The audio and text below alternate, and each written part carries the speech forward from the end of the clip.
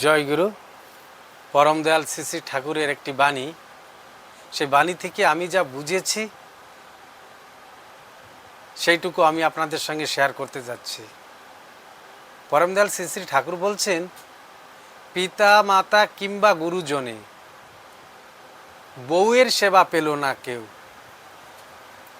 বউটি তোমার কেমন তর, যেমন বাঘের সঙ্গে ফেউ।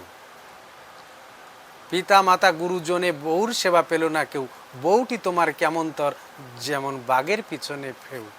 কথাটার অর্থ হচ্ছে, আমি যা বুঝেছি তাই আমি শেয়ার করছি, যে পিতা মাতা গুরুজনে, আমাদের পরিবারে মাতা পিতা এবং গুরুজন যারা থাকে, যারা আমার গুরুজন ব্যক্তিরা যারা থাকে আমার পরিবারে, আমার পরিবারের লোক যারা থাকে, তাদের সেবা, পিতা মাতা গুরুজনে বউয়ের সেবা পেল না কেউ, আমার বউয়ের সেবা যদি তারা না পায়। এখানে সেবার অর্থ কি বোঝা যাচ্ছে? সেবার অর্থ হচ্ছে যে শুধু খেতে দেওয়াটাকে সেবা বলা না।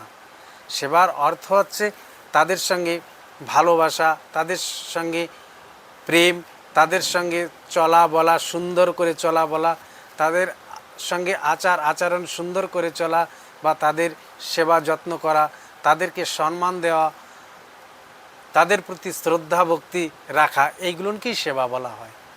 যদি আমার স্ত্রী, যদি আমার পরিবারের, আমার মাতা পিতা বা গুরুজনের সঙ্গে এমন ব্যবহার যদি না করে, যদি তাদেরকে শ্রদ্ধা না করে বা তাদেরকে ভক্তি না করে, বা তাদের সঙ্গে সুন্দর আচার আচরণ বা ব্যবহার যদি না করে, মানে সেবা যদি না করে, তবে ঠাকুর কি বলছে, যে পিতামাতা গুরুজনে বউয়ের সেবা পেল না কেউ, বউটি তোমার কেমন তর, যেমন বাঘের সঙ্গে ফেউ। তবে বউটি তোমার কেমন হবে? বাঘের সঙ্গে যেমন ফেউ থাকে, ঠিক তোমার সঙ্গেও তোমার সেই বউ থাকে। বাঘের সঙ্গে ফেউ থাকার অর্থ হচ্ছে, দেখেন একটা বাঘ যখন বন জঙ্গলে যখন ঘোরে, তার পিছনে কিন্তু একটা ফেউ থাকে। ফেউর অর্থ হচ্ছে এক জাতীয় শিয়ালের মতন দেখায়। আমরা আগে ছোটোবেলায় শুনেছি, যদি ফেউ ডাকতো তখন বলতো এই বাঘ আসছে, চুপচাপ থাক, ফেউ ডাকছে। তার মানে ফেউ ডাকছে, তার অর্থ হচ্ছে বাঘ আসছে। তাই বাঘের সঙ্গে কিন্তু ফেউটা সবসময় থাকে। ফেউয়ের কাম কি? ও সবসময়ের জন্য মানে ডাক দিয়ে বা সাউন্ড করে যত বনের যত জীবজন্তু থাকে তাদেরকে সতর্ক করে দেয়। কি সতর্ক করে দেয়? যে এখন বাঘ আসছে বলে সতর্ক করে দেয়। কিন্তু সতর্ক করে দিলেও থাকে কোথায়? বাঘের পিছন পিছন কিন্তু ফেউটা থাকে এবং ডাকে সবাইকে সতর্ক করে দেয়। কিন্তু বাঘ কিভাবে আমার সঙ্গে ফেউ ঘুরছে, বা এই ফেউটা আমার সঙ্গ আছে, তার মানে এই হচ্ছে আমার সবথেকে বড় বন্ধু, কারণ এ আমার সঙ্গে থাকে। বাঘ কিন্তু জানতে পারে না ও আমার সঙ্গে থেকেও কিন্তু আমার ক্ষতি করছে। ক্ষতি কোনটা করছে? ও ডাকাতে সব পশু পাখি সব চলে যাচ্ছে। আর পশু পাখি যদি চলে যায়, পশু পাখিকে সে ধরতে পারবে না এবং সে খেতেও পারবে না। তাই বাঘ কিন্তু কি ভাবছে, যে না, এ আমার একমাত্র বন্ধু, যে আমার সঙ্গে আছে, আমার সঙ্গ দিচ্ছে। আমার অনেক সময় সঙ্গে থাকে লোক, আমাদের বন্ধু বান্ধব অনেক সময় সঙ্গে থাকে, থেকেও কিন্তু তার ভিতরটা অন্যরকমও থাকতে পারে। উপরে দেখাতে পারে একরকম, ভিতরে কিন্তু আর একরকম থাকতে পারে। কিন্তু ফেউটাও ঠিক তেমন, উপরে দেখাচ্ছে একরকম, ভিতরে সে সব জীবজন্তুকে সরিয়ে দেওয়ার পরিকল্পনা তার ভিতরে আছে। কিন্তু বাঘ সে জিনিসটা বুঝতে পারছে না। ঠিক এমনই, যদি আমার স্ত্রী, আমার পরিবারের, আমার পরিজনকে, আমার মাতা পিতা, আমার সংসারের যারা আমার বলতে যারা আছে, তাদের সঙ্গে যদি সুন্দর ব্যবহার, আচার আচরণ বা তাদের সেবা যদি না করে, তবে বাঘের সঙ্গে যেমন ফেউ থাকে, ঠিক আমার স্ত্রীও কিন্তু আমার সঙ্গে আছে বলে জানতে হবে।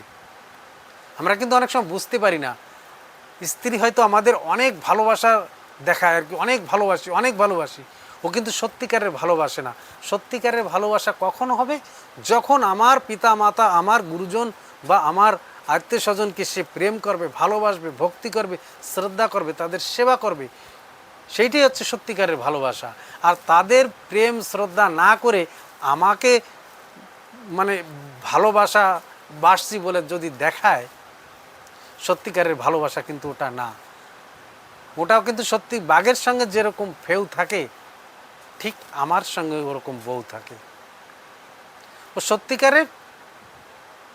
সত্যিকারের ভালোবাসাও আমাকে বাসে না। কারণ যে আমার আত্মীয় স্বজন, যে আমার মাতা পিতাকে ভালোবাসে না, সে যে আমাকে সত্যিকারের ভালোবাসে, এ কখনো হতে পারে না। বাঘের পিছনে যেমন ফেউ, তেমনই আমার বউ।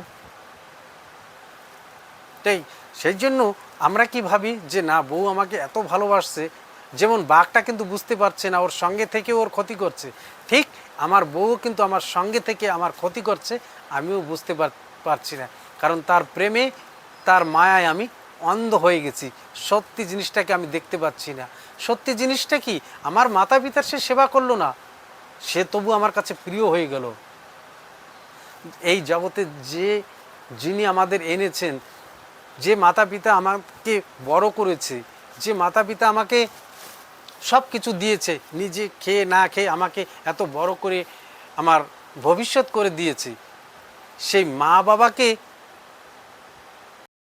তাই এই কথার থেকে আমরা কি জানলাম? ঠাকুরের আরও কয়েকটা বাণী আছে যে বউ সর্বস্ব হলি যেই, শয়তানেতে ধরলো সেই।